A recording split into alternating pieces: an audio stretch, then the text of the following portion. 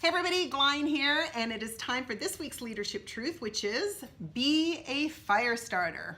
No, I'm not encouraging you to be an arsonist and burn down your office building, but what I am encouraging you to do is to take a page out of the book of JF Menard, who is an Olympic high performance coach, mental coach. So he coaches people like Scott Moir and Tessa Virtue, the Canadian ice figure champions, amongst a host of other really interesting people.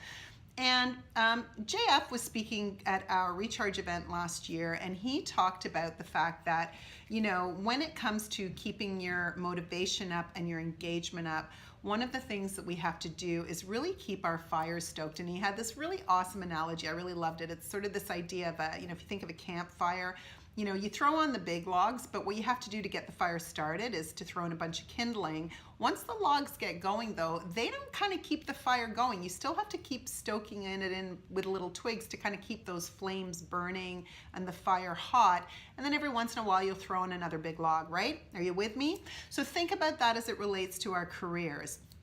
You know, we get big logs in our career. It could be our first job, our big promotion, a big pay increase, maybe a big prize you win, president's circle, I don't know, all of those kinds of things. Those are cool big logs.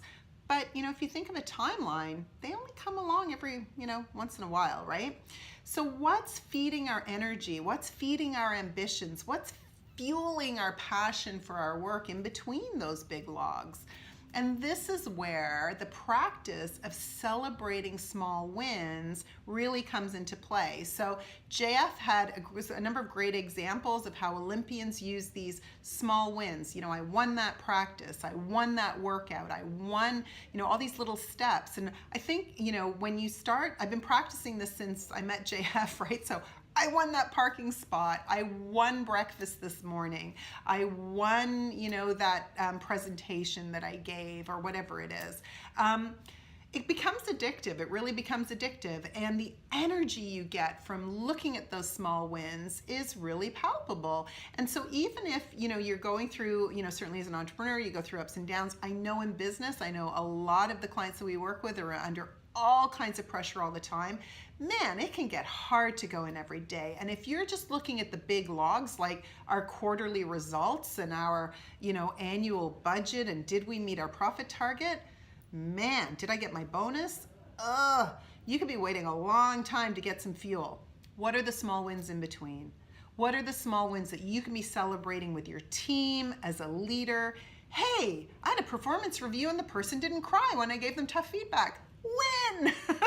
Right? What are the wins that you can capture? So think about that for the week. That's what I want you to focus on, is what is something, a small win that you've won this week, and how can you keep that concept moving forward? All right? Celebrate the small wins and keep that fire stoked.